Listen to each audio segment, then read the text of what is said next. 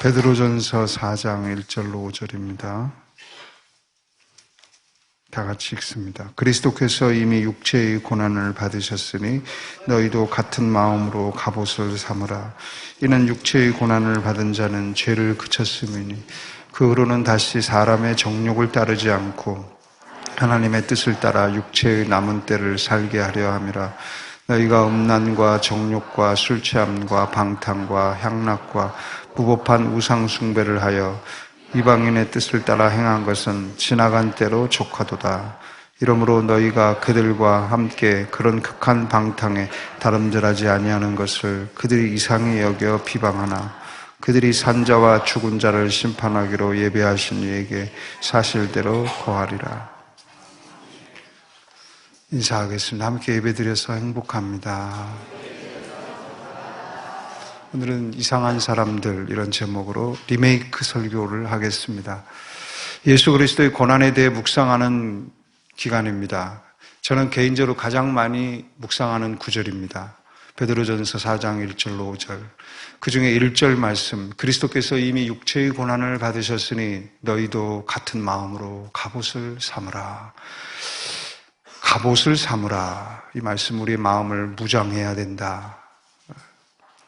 그만큼 우리 마음이 많은 공격을 받고 있음을 전제하죠. 마음이 무너지면 인생의 모든 것이 무너지기 때문에 지킬 만한 모든 것 중에 마음을 지키는 데 성공해야 되는데, 그러면 우리 마음을 공격하는 적은 누구일까요? 2절과 3절을 보면 그 후로는 다시 사람의 정욕을 따르지 않고 하나님의 뜻을 따라 육체의 남은 때를 살게 하려 함이라. 너희가 음란과 정욕과 술 취함과 방탕과 향락과 무법한 우상 숭배를 하여 이방인의 뜻을 따라 행한 것은 지나간 때로 족하도다. 여기 주목을 끄는 표현이 있습니다. 지나간 때 그리고 육체의 남은 때라는 표현이에요. 인생을 두 기간으로 나누었습니다. 지나간 때 그리고 남아있는 때. 3절을 보면 음란과 정욕과 술 취함과 방탕과 향락과 무법한 우상 숭배를 하여 이방인의 뜻을 따라 행한 것은 지나간 때로 족하도다. 이렇게 말씀하죠. 이 말은 너희가 예수를 믿기 전에 이런 것들을 충분히 맛보았지 않았느냐라고 말씀하는 겁니다. 예수를 믿지 않는 세상 사람들은 여전히 지금도 그 가운데 살아가고 있어요. 영이 거듭나지 못했기 때문이고 아직도 하나님을 만나지 못했기 때문에 어둠 속에 살아가고 있기 때문이에요. 그들에게는 음란, 정욕, 술 취함과 방탕, 향락과 무법한 우상 숭배, 그것이 그들의 가정생활, 사회생활, 심지어 그들이 열심히 숭배하는 종교생활에도 침투해 있습니다. 베드로는 그런 가운데 살았던 우리들의 과거의 모습, 우리도 과거에 그런 삶을 살아왔거든요. 그런 삶을 가리키면서 지나간 때에 너희가 그렇게 살았지만 이제 그런 삶은 그쳐졌다. 그런 삶은 끝났다. 왜냐하면 예수님을 구주로 믿고 거듭난 순간 그 모든 옛 그 정욕을 따르던 욕망이 다 죽었기 때문이다. 하나님께서 예수 안에서 너희를 새롭게 만드셨기 때문이다 라고 말씀하는 것입니다.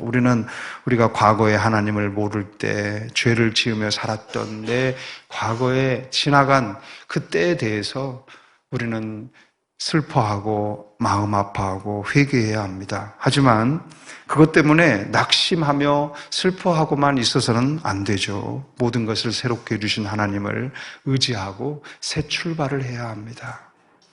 우리는 과거는 매우 우리의 삶이 나빴어요. 부끄러웠어요. 하지만 이제는 새로운 출발을 해야 합니다. 한번 읽어볼까요? 누구든지 그리스도 안에 있으면 새로운 피조물이라. 이전 것은 지나갔으니 보라 새 것이 되었도다. 하나님이 기대하고 계신 나의 앞으로의 삶, 그 삶을 향하여 나도 새로운 변화된 나의 미래를 소망하며 새 출발을 해야 된다라는 거예요. 예수 그리스도를 통해 변화된 새로운 삶을 기대하고 그 삶을 향하여 소망을 가지고 출발해야 한다라는 거예요. 과거의 삶은 지나간 때로 족합니다. 과거의 삶은 지나간 때로 끝내야 합니다. 과거에 내가 얼마나 오랫동안 그런 정욕적인 음란하고 방탕하고 술 취하고 허영을 쫓았고 우상숭배했던 그런 거 얼마나 오랜 기간을 그렇게 살았는가, 이거 중요하지 않아요.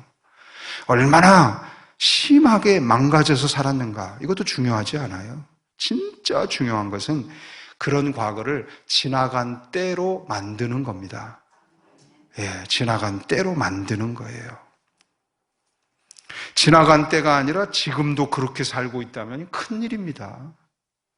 예수 믿고 구원받았다고 하는데 지금도 그게 계속 이어지고 있다? 이거는 굉장히 잘못된 일입니다. 지나간 때로 조카도다, 이게 돼야지 지금도 그렇게 살고 있어서 조카도다, 이건 큰일입니다. 지나간 때로 마무리되는 이 마무리 작업이 없이는 남은 때를 새롭게 출발하는 새 출발은 불가능하기 때문이에요. 2절을 다 같이 읽어봅시다. 시작. 그 후로는 다시 사람의 정욕을 따르지 않고 하나님의 뜻을 따라 육체의 남은 때를 살게 하려 함이라. 과거를 지나간 때로 정리한 사람만이 하나님의 뜻을 따라 내 육체, 내 인생의 남은 때를 올바르게 살 수 있다라는 것이죠. 하나님께서 왜 자신의 독생자 예수 그리스도를 우리의 구원을 위해 죽음의 사망에 내어주신 줄 아십니까? 왜 우리를 살리신 줄 아세요? 여러분의 육체의 남은 때를 가치 있게 살도록 만들어주기 위해서입니다. 우리는 우리의 삶에 지나간 때 잘 알고 있죠? 내가 지금까지 몇 년을 살았는지, 혹시 여기 내가 몇 년을 살았는지 모르시는 분? 다 알잖아요. 내가 태어나서 지금까지 몇 년 동안 살아왔는지, 또 어떤 삶을 살아왔는지 다 알잖아요. 그러나 여러분, 내 육체에 남은 때가 얼마인지는 모릅니다. 그거 아는 분 계십니까? 여기 혹시 지나간 때는 알지만 앞으로 남은 때가 내가 몇 살까지 살 것이다 장담할 수 있는 분? 여러분은 여러분의 남은 때가 10년이라고 장담할 수 있나요? 20년이라고 장담할 수 있나요?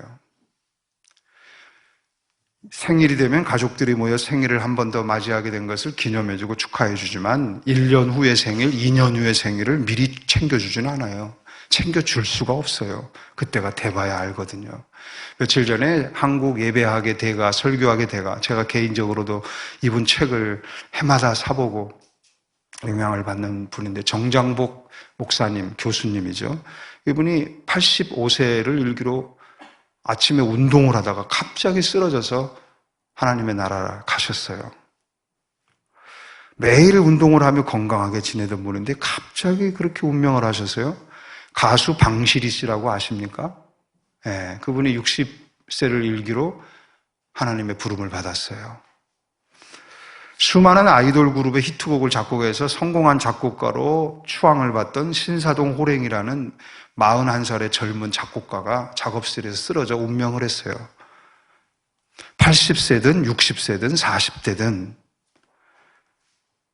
갑자기 세상을 떠나더라는 거예요. 내일을 알지 못해요. 내 남은 때가 언제인지를 아는 사람 아무도 없어요. 성경은 우리에게 지나간 때는 우리 뜻대로 우리 마음대로 살았지만 남은 때는 하나님에게 달려있고 그러므로 하나님의 뜻에 따라 살아야 할 것을 가르치고 있어요. 토마스 아켄피스는 당신은 죽을 때 어떤 존재이기를 원하는가? 바로 그런 존재가 되기 위해 삶 속에서 애쓰고 힘쓰는 사람은 정말로 지혜롭고 복된 사람이다. 몇 주 전에 우리 정일권 안수지사님이 대표 기도할 때 제가 가슴 뭉클했던 표현이 있어요. 인생의 남은 시기가 정해져 있음을 깨닫게 해달라고. 그 표현이 저는 굉장히 와닿았어요. 우리는 모두 사실은 하나님에 의하여 남은 인생의 때가 다 정해져 있는 시한부 인생들이에요. 나는 모르지만 하나님에게는 다 그게 정해져 있다. 그러므로 우리는 첫째, 다를지라도 계속 그 길을 가야 합니다. 그 길이 어떤 길입니까? 자, 잘 들으세요. 지나간 때는 지나간 때로 만들어야 하는데 이것은 이제부터는 다른 때를 산다는 걸 말하죠. 이제부터 다른 때를 산다는 것은 옛 방식으로 사는 사람들과는 다른 방식으로 삶을 살아가겠다라는 거예요. 그렇기에 옛 방식으로 사는 사람들로부터는 이상한 취급을 받게 돼 있습니다. 4절을 한번 읽어봅시다. 시작. 이러므로 너희가 그들과 함께 그런 극한 방탕에 다름질하지 아니한 것을 그들이 이상히 여겨 비방하나. 그들이 이상하게 여긴다라고 말하고 있어요. 여기에서 그들은 누구를 말하죠? 아직 구원받지 못한 사람들, 여전히 음란과 그 정욕과 술 취함과 방탕과 허영과 무법한 우상숭배 생활을 여전히 하고 있는 구원받지 못한 사람들, 그 사람들이 우리를 보고 말하는 거예요.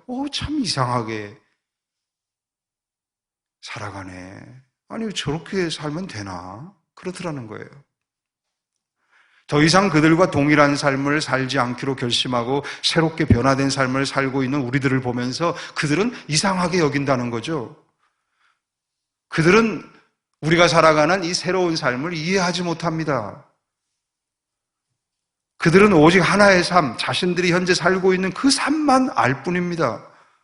예수님께서 이런 말씀을 하셨어요. 사람이 떡으로만 살 것이 아니요 하나님의 입에서 나오는 말씀으로 산다. 떡으로만 사는 세상에 대해서 알고 있는 그들은 말씀을 먹어서 그 힘으로 살아가는 세상에 대해서는 전혀 모릅니다. 모든 사람에게는 하나님의 말씀으로 배불러야 할 부분이 분명히 있거든요. 하나님의 말씀으로 배가 부를 때 그 배부름이 얼마나 삶에 큰 기쁨을 주고 행복을 주는지, 그 힘이 세상을 얼마나 담대하게 살아가게 하는지 그 위력을 모릅니다. 그래서 그것을 중요하게 여기는 그리스도인들을 이상하게 취급을 합니다. 아니, 일요일 날 그 피곤한 시간에 좀 잠을 자지 왜 교회에 가서 봉사를 하고 있고 예배를 드리고 있어? 이해를 못해요. 하나님을 열심히 믿고 그 말씀을 듣는 걸 귀히 여기고 예배하고 봉사하는 걸 귀히 여기는 그 그리스도인들을 향하여 이상한 존재로 취급을 하는 거예요. 자신과 똑같은 삶을 살았던 사람인데 어느 날부터 그렇게 달라졌어. 교회 다니기 시작하더니 사람이 달라졌어. 더 이상 술도 안 마시고 더 이상 방탕한 생활도 안 하고, 왜 이렇게 달라졌지? 저렇게 재미도 없이 살아가는 게 가능할까? 4절에서 사용된 이 이상하게 여겨 비방하나, 이상하게 여겨라는 이 단어는 낯선 사람처럼 대한다, 이런 의미가 있어요. 여러분, 아파트에 이사 온 사람을 엘리베이터 안에서 딱 만났는데 처음 보는 사람이요? 그럼 낯선 사람이에요. 왠지 어떻습니까? 좀 처음 보는 사람을 엘리베이터 안에서 딱 마주치면 좀 당황되고 이 사람이 누구일까 궁금하고 그렇잖아요. 마찬가지예요.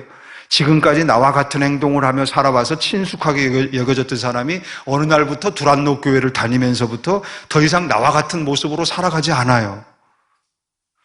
그래서 그 모습을 매우 낯설게 여기면서 마치 처음 보는 사람을 대하듯이 이상하게 여긴다라는 거예요. 그래서 어색하고 불편하게 대한다라는 거예요. 여러분, 이런 취급을 받았다면 여러분은 제대로 구원받은 겁니다. 둘째, 이상하게 여김받은 것을 어떻게 하라고요? 환영하라는 거예요. 성경 말씀이 신자와 불신자, 즉 예수 믿고 구원받는 사람과 아직도 믿지 않는 사람과는 분명히 달라야 한다라고 말씀하고 있어요, 성경이. 오히려 예수님 뭐라고 말하냐면 다르지 않으면 너에게 화가 임할 것이다 라고 말씀하시기까지 했어요. 달라야 한다라는 거예요. 그러므로 이 다르다라는 것은 좋은 변화예요. 성경적인 변화예요. 걱정할 일이 아니라 기뻐하고 환영할 일이에요. 우리는 당연히 달라야 해요. 동일한 업종으로 사업을 해도 예수를 안 믿는 구원받지 못한 사람이 사업하는 방식과 두란노 교회를 다니는 집사님이 사업하는 방식은 달라야 돼요. 다른 게 이상한 게 아닙니다. 정상적인 것입니다. 의사가 진료를 하고 환자들을 고쳐주실 때도 달라야 되는 거예요.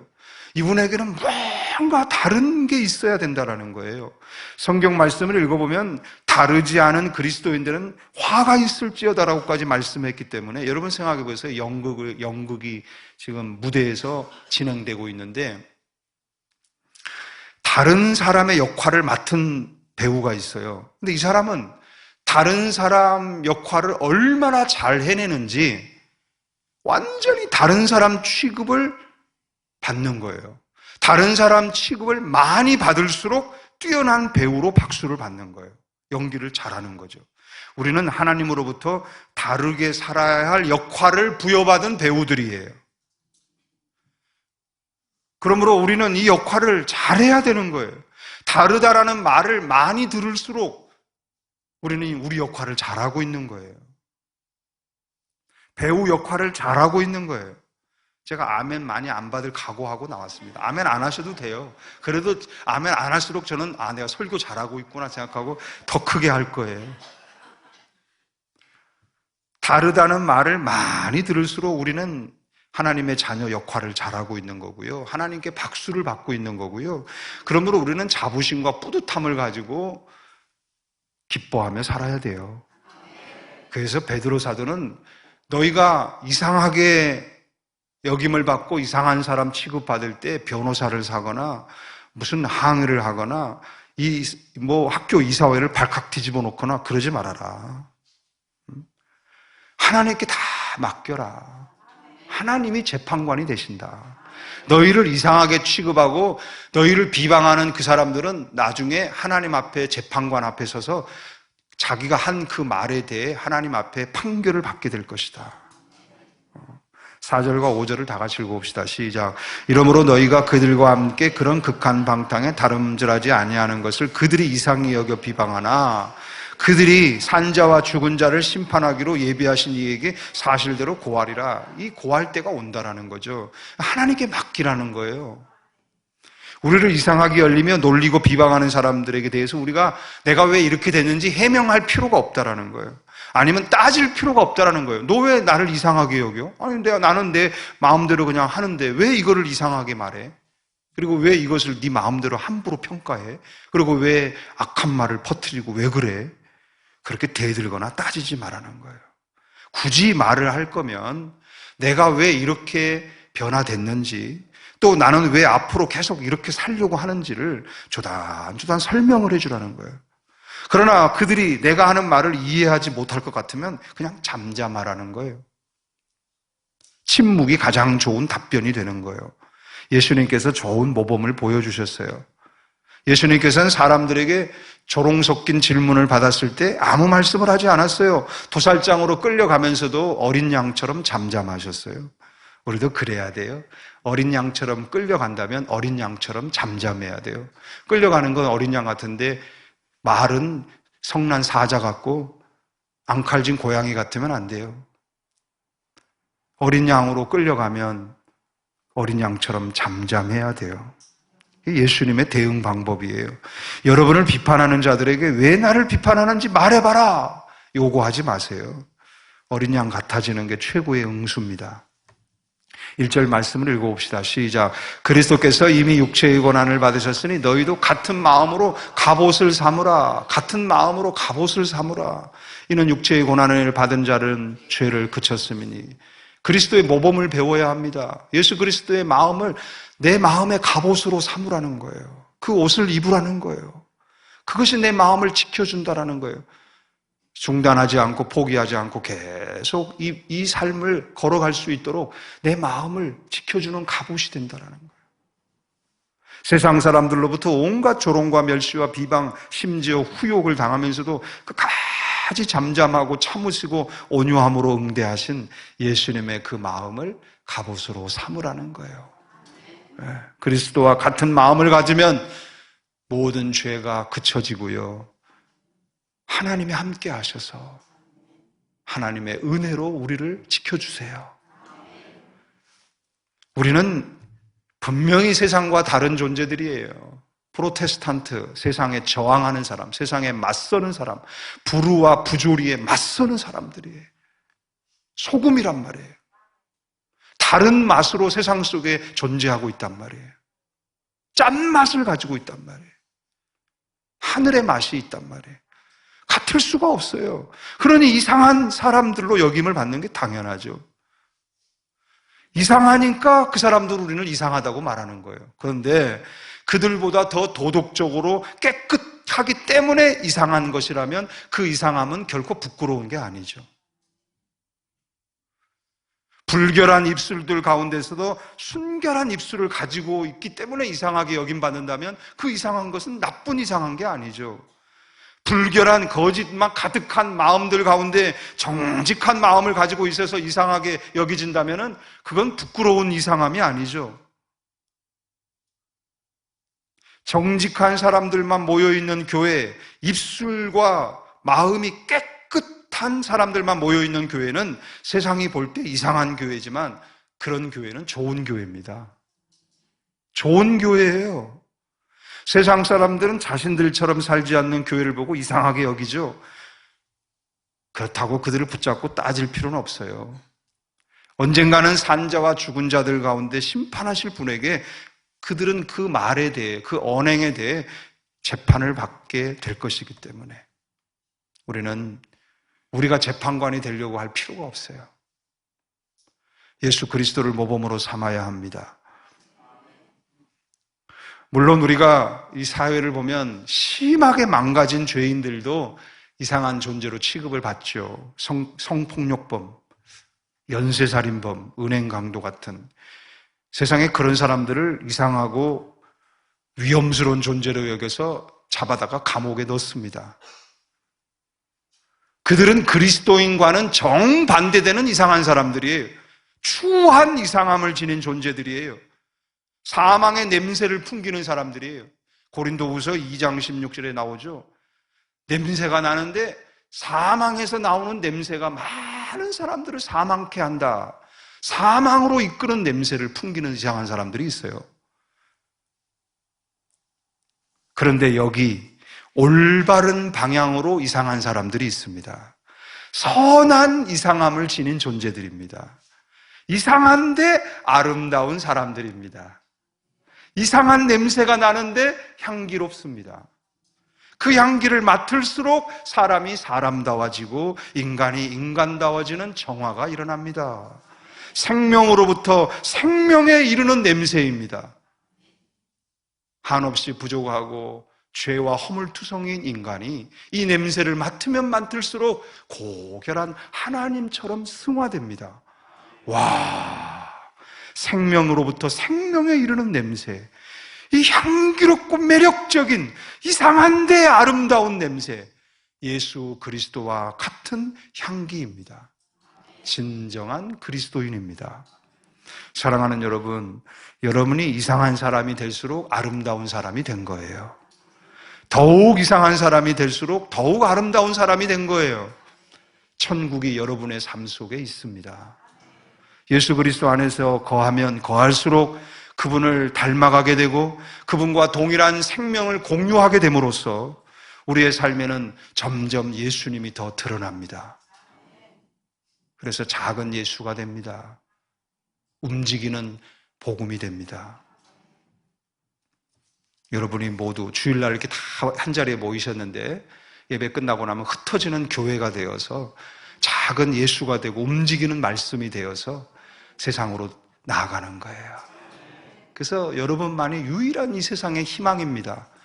여러분의 병원의 유일한 희망, 여러분의 그 사업장의 유일한 희망, 여러분의 학교의 유일한 희망, 그 사람이 바로 여러분입니다. 기도하겠습니다.